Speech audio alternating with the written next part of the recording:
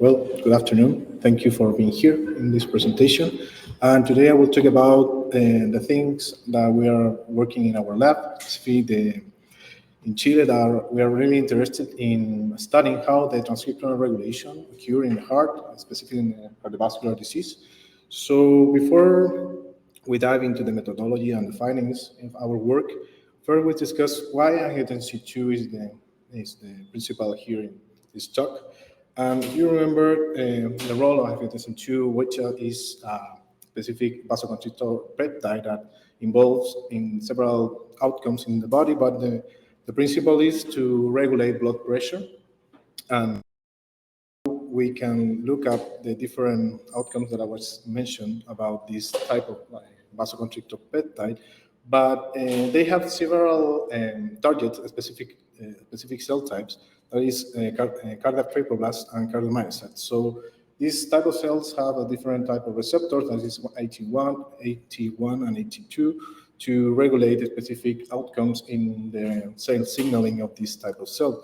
So if you look in a specific pathological context, when you have a dysregulation of this type of peptide, you will have this type of fibrosis or excess of secretion of extracellular matrix. And also in the cardiomyocyte, you will see the cardiac hypertrophy in a pathological context. So this all type of phenotype we have described and we have named it like cardiac remodeling in a pathological context. But we're not really interested in how this phenotype changes. No, we have assuming in this type of cells, we are interested in what is happening inside the cell.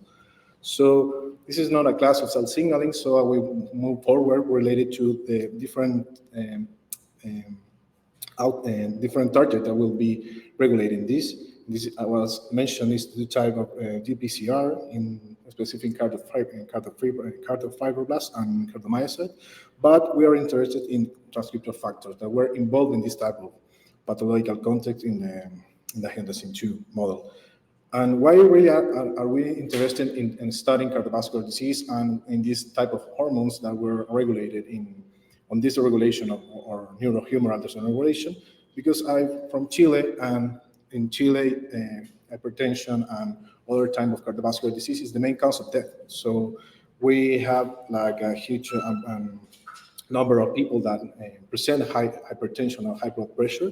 So these type of molecules that regulate gene expression are really good candidates for therapeutic use or to different type of strategy to look up on the different outcomes that we'll be targeting. So our main goal here was identify master regulators that are key molecules that orchestrate changes in gene expression, specifically in this angiotensin 2 context.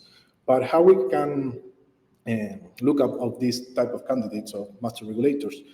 We in the lab we discuss make these two combine these two approaches, because one is co-expression analysis and the next one is gene regulatory networks. So co-expression analysis, if you remember well, is a type of analysis that you can identify similar gene expression patterns in different type of contexts, and in general, these genes that co-express similar tend to be in a specific or in a similar pathway. So when you use gene regulatory networks, like specific map of different interaction, and also you can find the transcription factors that were involved here. So if you try to join these two approaches, you will be finding the specific co-expression models that you will take and look if this co-expression model have a specific pattern of interaction, or which are the transcription factors that are in the co-expression model. So you can also answer different type of questions like finding half genes, also different co-expression analysis, and also guilty by association predictions. That is the main goal of our investigation, that you take a specific co-expression model to take a specific target, and then you have the specific question of our lab, that is, can you can ask this approach to find the specific transcription factors candidates in angiotensin 2 heart context. And briefly, this is the methodology or the method that we developed. We look for specific transcriptomic data for mouse stimulated with angiotensin 2. Then we make this pipeline or bioinformatic pipeline to pre-process data, alignment, and generating the count matrix from specific genes, and then make the differential co-expression differential expression analysis based on these thresholds. And this is the co-expression analysis coupled with gene regulatory network. We use a tool developed in our lab, semi-tool. Here is the QR if you want to check it. So it's a specific tool that can group specific genes based on the specific pattern of their expression, and then make with cytoscape the specific regulatory network and look if these master regulators are specifically in this type of networks. And finally, we make an enrichment analysis to check if which process there will be involved this co-expression model. So the results or the findings, and the main findings, we found a specific two co-expression models. If you look, this is the huge one, is the M1 co-expression model. And if you notice, there's a lot of genes that were downregulated as well in these two type of models. So we wanted to know which are the process of these co-expression models, because before as mentioned, this type of genes are specifically related to the pathway or the specific process. So if you look, in our representation analysis from M1, we reveal a specific fibrosis process and extracellular matrix deposition that were enriched, specifically when we took a biological process related to extracellular structure organization, and also we found a specific pattern of genes that were involved in inflammation. This process are well documented in angiotensin II induced heart process or models in general. So this is not new or novel, but this is a specific way that you can find a specific co-expression model is like group of these genes are like more special to look a specific target or specific candidate. And this is some have genes that the co-expression analysis gives you when you are making this. But surprisingly, we look at the co-expression model 2, then have this like specific involved in cell cycle regulation, mitotic process. And so we expected that these genes that were involved in M2 co-expression model are really downregulated and trying to avoid the cell proliferation and having to other type of phenotypes. So it's also consistent with the thing that you expected in the angiotensin II context. So what are the specific transcription factors that were possibly involved in this type of process?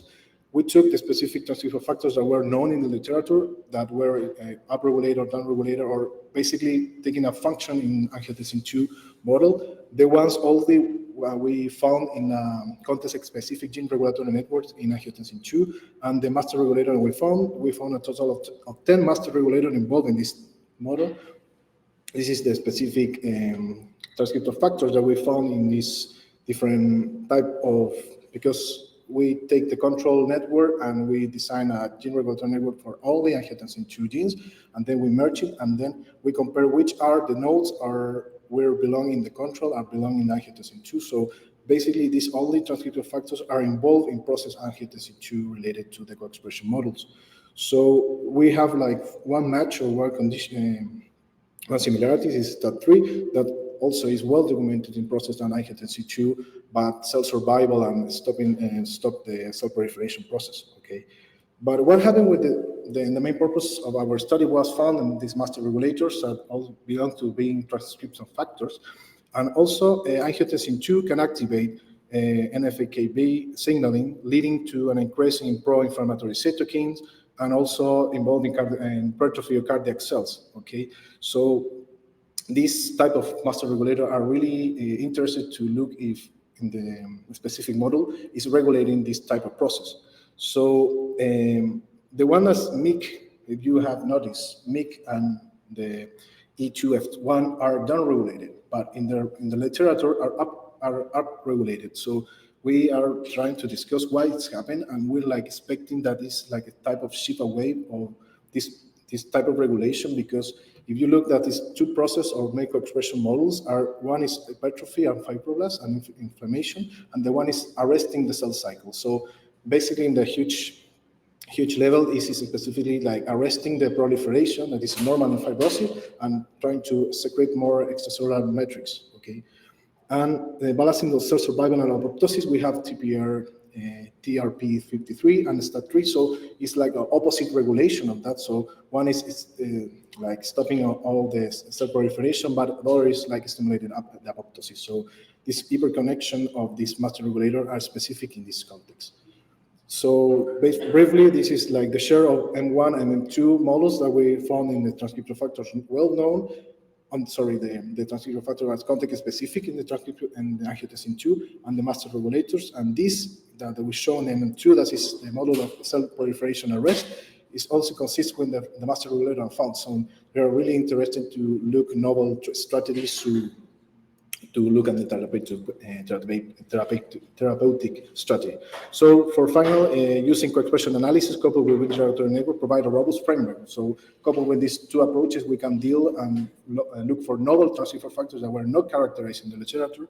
Also, this angiotensin 2 model is also cardiofibroblasts, cardiac fibrosis, inflammation, and cell proliferation. So basically on these master regulators, we can extrapolate or look for different cardiovascular disease. And these findings provide a roadmap potential therapeutic targets, like specific, the ones this is the inflammation one, to lead to avoid the progression of this type of hypertension or dysfunction on the heart. And finally, thanks for the lab. We're a really huge lab. We have a lot of members. But all the work is supported by the financial one, the funding, but not all money is important. Also, the emotional support is important. So these are the people that help me and have a good feedback for that. So thank you very much for your attention.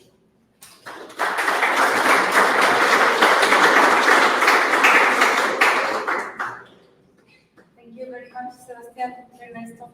Thank you. Questions?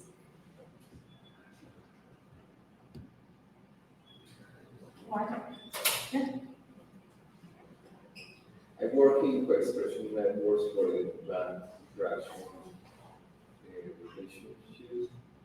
And when I give the list of hub genes to my co-investigator or researcher, they finally have two lists of genes, the wish list of differential expression of genes and the hub genes.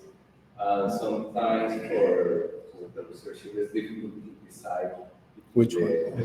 Because I can replica model, biological model, this list and this list. Have you been suffered this kind of conflict between differential expression analysis and what is known by the literature and what is given by the architecture of the network? Yes, well, really good question. Yes, I suffered that. Yeah, because when I really passed so quick, because the construction of the network is a context-specific network. So I take the control one and the angiotensin 2 network, and they make the merge. So when you have like the comparison with only the transcription factors that we like found here, there was like some transcription factors that not appear in the angiotensin 2. That is, well, it could be. And the hub genes that appear in the co-expression analysis tend to not be specific in the next neighbor of the master regulator. It's like 2 or next like that. So when you have the comparison, when we make the Venn diagram and like appear only one, it's like, well, I don't know if it's correct to tell that it's a specific hub gene or general genes that will be like leading in the comparison of the two conditions. But if you take the specific like gene ontology term, it makes sense for me for the hub genes also on the master regulator that were involved in that process. I don't know if I answered the question. Yeah, it's difficult because we are using paradigms of networks in which the hub genes is important, for example, in engineering.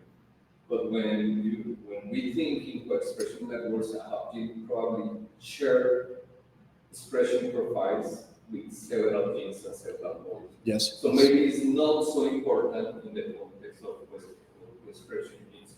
It's one thing that I have been has been rounded my mind in the last week when I was talking with my research. Why the hub genes of co-expression networks are not so important based on the knowledge of the research? Yeah, I think it depends on the connection as well. The number of connections that the hub genes will be leading in the co-expression model as you will find that. Thanks. More questions? I'm just wondering about the experimental design. So you have hearts, mice hearts, Yes. and they come from individuals from the same age group. Yes, basically in the mice and in the same control group, the same group on the same treatment or control group as well. So are you linking physiology, that data from the Ah. individuals with gene networks? Because I guess Yeah. if you change physiology, Yeah. the network will change. Yeah, that's a really good question. Thank you. If you notice in the master regulators, we have the androgen receptor as well. So they don't specify if they are male or female mice. So there's like a huge merge of this. Well, there's also bulk RNA-seq. So also you can add that is like other type of cells were being belonging in that analysis. So we will be cardiofibroblasts, cardiomyocyte, endothelial cell, and also the experiment that the transcriptomic data is the. Let me show you quickly. The stimulation of angiotensin for 7 days is like in the literature it's termed like acute it's like when you stimulate with more time the mice with angiotensin 2, you will be looking for in the physiology and a physiopathological screening more fibrosis, more hypertrophy. So this is like to anticipate any stimulation. So, and that's the way we found like MIC will be downregulated as well, because in the literature they use more time for angiotensin 2 stimulation. So also can change in the way that you discover new master regulators and the ones that were up and down regulators as well. Because there is some robustness on the neck. Yes. It's not that one gene to rule them all. It's just like No. And also we expected that these all the transcription factors. We're also expecting that were other master regulators like long encodings or microRNAs as well, leading in this network. Yes, thank you. We're tight on time, but maybe just little one. So have you thought about applying the convolution methods to Yes. look for cell diversity in the sample and then put that with the networks? Yes, really good question. We are like discussing, we are implementing the convolution algorithm to look the proportion and in which part are more activated is master regulator to leading for that. Yes. Okay. Thank you. Thank you very much.